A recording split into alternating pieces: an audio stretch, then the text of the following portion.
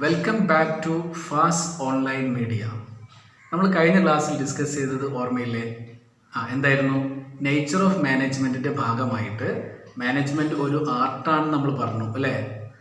പിന്നീട് നമ്മൾ പറഞ്ഞു മാനേജ്മെൻറ്റ് ഒരു സയൻസ് ആണ് അല്ലേ?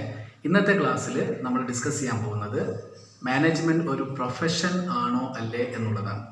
സോ നേച്ചർ ഓഫ് മാനേജ്മെൻറ്റിൽ ആർട്ട്, സയൻസ്, പ്രൊഫഷൻ അല്ലേ, ഇങ്ങനെ 3 ക്ലാസിഫിക്കേഷൻസ് ആയിരുന്നു നമ്മൾ പറഞ്ഞത്. സോ ഇന്നത്തെ ക്ലാസ്സിൽ നമ്മൾ ഡിസ്കസ് ചെയ്യാൻ പോകുന്നത് മാനേജ്മെൻറ്റ് ഒരു പ്രൊഫഷൻ ആണോ അല്ലേ എന്നും പറയുന്ന കാര്യങ്ങളാണ്.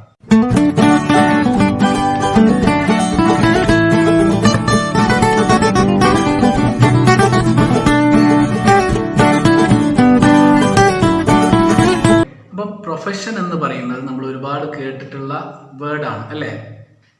Profession, doctor is A profession അല്ലേ, എൻജിനീയർ ഈസ് പ്രൊഫഷൻ, അതേപോലെ ടീച്ചർ, ലോയർ അല്ലേ, ഇങ്ങനെ തുടങ്ങിയിട്ട് ഒരുപാട് പ്രൊഫഷണൽസ് നമുക്ക് നമ്മുടെ സമൂഹത്തിൽ കാണാൻ കഴിയും. സോ അതിന് ഒരുപാട് പ്രത്യേകതകളുണ്ട് അല്ലേ?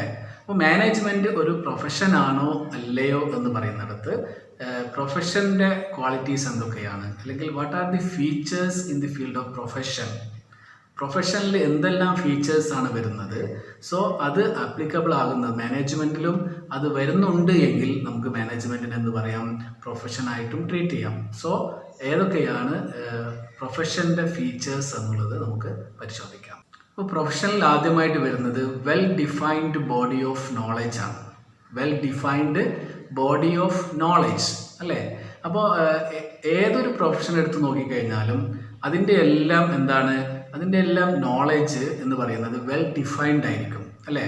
അപ്പോൾ നമുക്ക് എടുത്തു നോക്കാം, ഒരു ചാർട്ടേഡ് അക്കൗണ്ടൻറ്റ് അല്ലേ, ഒരു CA-കാരുടെ എന്തായിരിക്കും നോളജ് എന്ന് പറയുന്നത്, അല്ലെങ്കിൽ ആ ഒരു സിലബസ് ഓറിയൻറ്റഡ് ആയിരിക്കും അല്ലേ? ICAI, institute of cost and management accounts എന്ന് പറയുന്ന സ്ഥാപനം പ്രൊവൈഡ് ചെയ്യുന്ന സിലബസിനനുസരിച്ചായിരിക്കും, അല്ലെങ്കിൽ ബോഡി ഓഫ് നോളജിനനുസരിച്ചിട്ടായിരിക്കും ആ ഒരു കോഴ്സ് നിലവിൽ വരുന്നത് അല്ലേ? ആ കോഴ്സ് പഠിച്ചിട്ടുള്ള ഒരാൾ എന്തായിരിക്കും, ഒരു CA ഹോൾഡറായിട്ട് മാറുന്നതും അതേ ഒരു well defined body of knowledge വെച്ചിട്ടാണ്.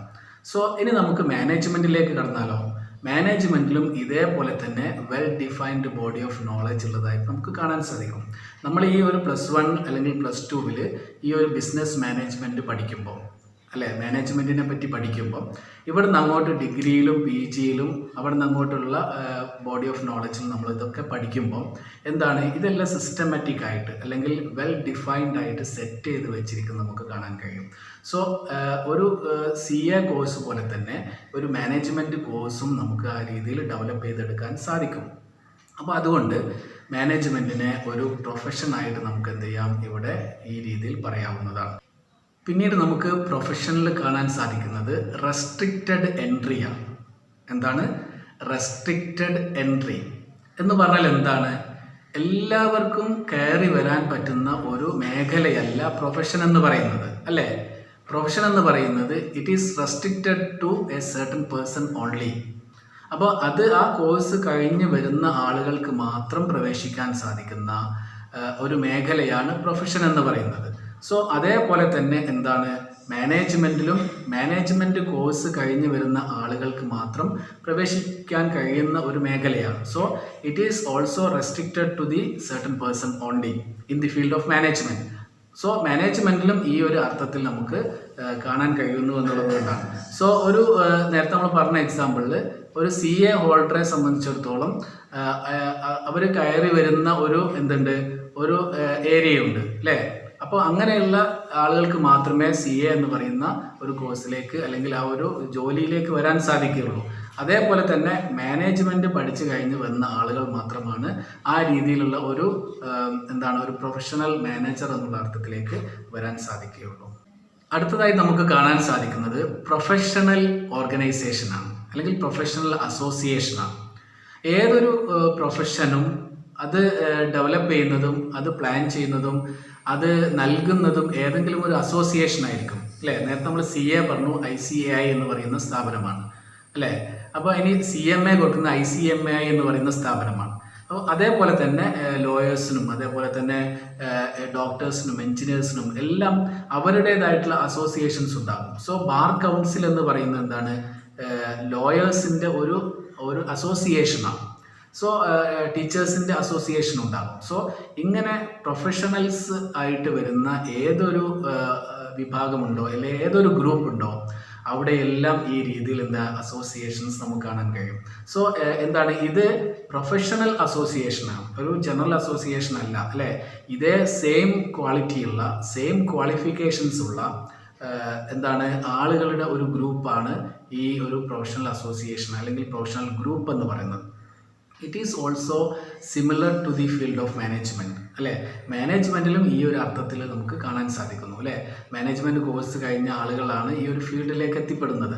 സോ അതുകൊണ്ട് തന്നെ അവരുടെ ഒരു അസോസിയേഷൻ ആയിരിക്കും, അവരുടെ ഒരു ഗ്രൂപ്പായിരിക്കും ആ ഒരു മാനേജ്മെൻറ്റിൽ വരിക എന്ന് പറയുന്നത്. സോ അതുകൊണ്ട് തന്നെ നമുക്ക് ഈ ഒരു അർത്ഥത്തിലും ഈ ഒരു കോണ്ടെക്സ്റ്റിലും നമുക്ക് മാനേജ്മെൻറ്റിനെ ഒരു പ്രൊഫഷനായിട്ട് ട്രീറ്റ് ചെയ്യാൻ സാധിക്കുന്നത്. പിന്നീട് നമുക്ക് കാണാൻ സാധിക്കുന്നത് എത്തിക്കൽ കോഡ് ഓഫ് കോണ്ടക്റ്റ് ആണ്. എത്തിക്കൽ കോഡ് ഓഫ് കോണ്ടക്റ്റ് അല്ലേ. അപ്പോൾ ഏതൊരു പ്രൊഫഷനായിരുന്നാലും അവർക്ക് എന്തെല്ലാം കാര്യങ്ങൾ ചെയ്യാം അല്ലേ, എന്തെല്ലാം കാര്യങ്ങൾ ചെയ്യാൻ പാടില്ല എന്നുള്ള സിസ്റ്റമാറ്റിക് ആയിട്ടുള്ള ഒരു കാര്യമുണ്ടാവും അല്ലേ. അപ്പോൾ ഡൂസ് ആൻഡ് ഡോൺസ് അല്ലേ. അപ്പോൾ ചെയ്യേണ്ട കാര്യങ്ങളും ചെയ്യാൻ പാടില്ലാത്ത കാര്യങ്ങളും എന്തൊക്കെയാണ് എന്നുള്ളത് സിസ്റ്റമാറ്റിക് ആയിട്ട് അല്ല ക്ലിയർ ആയിട്ട് അവിടെ പറഞ്ഞിരിക്കും. സോ അതുകൊണ്ട് തന്നെ ആ രീതിയിലുള്ള എത്തിക്കൽ കോഡ്സും എല്ലാ പ്രൊഫഷൻസും നമുക്ക് കാണാൻ കഴിയും അല്ലേ. എത്തിക്കൽ കോഡുകൾ ഉണ്ടാകും. അപ്പോൾ അത് വയലേറ്റ് ചെയ്യാൻ അല്ലെങ്കിൽ അത് ഇല്ലാതാക്കാൻ വേണ്ടിയിട്ട് കഴിയില്ല. സോ അതേപോലെ തന്നെയാണ് മാനേജ്മെൻറ്റിലും അവരുടേതായിട്ടുള്ള ഒരു എത്തിക്കൽ കോഡ് ഓഫ് കണ്ടക്ട് ഉണ്ടാകും. അവരുടെ ധാർമ്മികമായിട്ടുള്ള കാര്യങ്ങൾ വെച്ചുകൊണ്ട് മാത്രമേ അവർക്ക് മുമ്പോട്ട് പോകാൻ കഴിയുള്ളൂ എന്നുള്ളതാണ്. അപ്പോൾ അതുകൊണ്ട് തന്നെ ഈ ഒരു കോണ്ടെക്സ്റ്റിൽ നമുക്ക് ഇത് രണ്ടും ഏകദേശം സെയിം ആണ് എന്നുള്ളത് നമുക്ക് പറയാൻ സാധിക്കും. ഇനി ഇതിൽ ഏറ്റവും അവസാനമായി നമുക്ക് പറയാനുള്ളത് സർവീസ് മോട്ടീവാണ് അല്ലേ. സർവീസ് മോട്ടീവാണ്. ഏതൊരു പ്രൊഫഷനും ബിസിനസ് അല്ലെങ്കിൽ ലാഭം ഉണ്ടാക്കുക എന്നുള്ള അർത്ഥത്തിലല്ല പ്രവർത്തിക്കുന്നത് അല്ലേ. സൊസൈറ്റിയിൽ സർവീസ് പ്രൊവൈഡ് ചെയ്യുക എന്ന് പറയുന്ന ഒരു രീതിയിലാണ്. സോ ഒരു ഡോക്ടർ അദ്ദേഹം പഠിച്ച് ഒരുപാട് വലുതായി ഒരു വലിയ ഡോക്ടറായിട്ട് മാറിക്കഴിഞ്ഞാൽ അദ്ദേഹത്തിൻ്റെ ഉള്ളിലുണ്ടാകേണ്ട കാര്യം സർവീസ് മോട്ടീവാണ്. എങ്ങനെയാണ് പേഷ്യൻറ്റിനെ എക്സ്പ്ലോയിറ്റ് ചെയ്തുകൊണ്ട് പേഷ്യൻറ്റിനെ ചൂഷണം ചെയ്തുകൊണ്ട് മാക്സിമം ഫീസ് അടിച്ചു മാറ്റാം, എങ്ങനെയാണ് ആ രീതിയിൽ ഒരു ശ്രമം നടത്താം എന്നുള്ള ചിന്തയല്ല ഒരു എഫിഷ്യൻറ്റ് ഡോക്ടർക്കുണ്ടാകും, ഒരു നല്ല ഡോക്ടർക്കുണ്ടാകേണ്ടത് അല്ലേ. അത് ഒരു ഡോക്ടർ എക്സാമ്പിൾ മാത്രമല്ല, ഏതൊരു പ്രൊഫഷണൽ ഫീൽഡിലും അവരുടെ അൾട്ടിമേറ്റ് എയിം എന്ന് പറയുന്നത് സർവീസ് മോട്ടീവാണ് അല്ലേ. ലക്ഷ്യം സാമ്പത്തികമായ കാര്യങ്ങളൊക്കെ അവിടെ വേണം, പക്ഷേ ലക്ഷ്യം എന്ന് പറയുന്നത് സർവീസാണ്. സോ ലൈക്ക് വൈസ് മാനേജ്മെൻറ്റിലും ഇതേപോലെ തന്നെ സർവീസ് മോട്ടീവാണ് അല്ലേ. അവരുടെ ലക്ഷ്യം എന്ന് പറയുന്നതും സർവീസ് പ്രൊവൈഡ് ചെയ്യുക എന്ന് പറയുന്നത്. സോ അതുകൊണ്ട് തന്നെ ഈ ഒരു കോണ്ടെക്സ്റ്റിലും നമുക്ക് മാനേജ്മെൻറ്റും പ്രൊഫഷനും ഏകദേശം ഒന്നാണെന്ന് നമുക്ക് പറയാൻ സാധിക്കും. അപ്പോൾ അതുകൊണ്ട് മാനേജ്മെൻറ്റ് ഒരു പ്യുവർ പ്രൊഫഷൻ ആണോ എന്ന് പറഞ്ഞാൽ നമുക്കല്ല അല്ലേ. മാനേജ്മെൻറ്റ് ഒരു പ്യുവർ പ്രൊഫഷൻ ആണോ എന്ന് ചോദിച്ചാൽ അല്ല. മാനേജ്മെൻറ്റ് പ്രൊഫഷൻ്റെ ചില ക്വാളിറ്റീസ് അല്ലേ, ചില ഫീച്ചേഴ്സ് മാനേജ്മെൻറ്റിൽ വരുന്നുണ്ട്. അപ്പോൾ അതുകൊണ്ട് മാനേജ്മെൻറ്റിനെ ഒരു പ്രൊഫഷനായിട്ട് നമുക്ക് ട്രീറ്റ് ചെയ്യാം.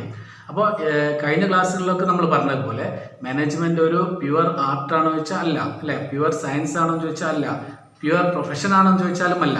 So management is the combination of art, science and profession. എന്താ അങ്ങനെ പറയാൻ കാരണം? മാനേജ്മെൻറ്റിൽ ആർട്ടിൻ്റെ ഫീച്ചേഴ്സ് ഉണ്ട്, സയൻസിൻ്റെ ഫീച്ചേഴ്സ് ഉണ്ട്, അതേപോലെ തന്നെ പ്രൊഫഷൻ്റെ ഫീച്ചേഴ്സും ഉണ്ട്. സോ അതുകൊണ്ട് തന്നെ മാനേജ്മെൻറ്റ് ഈ മൂന്നിലും വരുന്ന അല്ലെങ്കിൽ മൂന്നും ആണ് എന്ന് നമുക്ക് പറയാൻ സാധിക്കുന്നു. ഓക്കെ ഫ്രണ്ട്സ്, ഈ ഒരു ക്ലാസ്സിൽ നമുക്ക് ഇത്രയും കാര്യങ്ങളാണ് പഠിക്കാനുള്ളത്. അപ്പോൾ ഇന്നത്തെ ക്ലാസ്സിൽ നമ്മൾ ഡിസ്കസ് ചെയ്തത് എന്തായിരുന്നു? മാനേജ്മെൻറ്റ് ഒരു പ്രൊഫഷൻ ആണോ അല്ലേ എന്നുള്ളത് നമ്മൾ ഡിസ്കസ് ചെയ്തത്. ബാക്കിയുള്ള കാര്യങ്ങൾ നമുക്ക് അടുത്ത ക്ലാസ്സിൽ നോക്കാം. Okay, thank you all of U.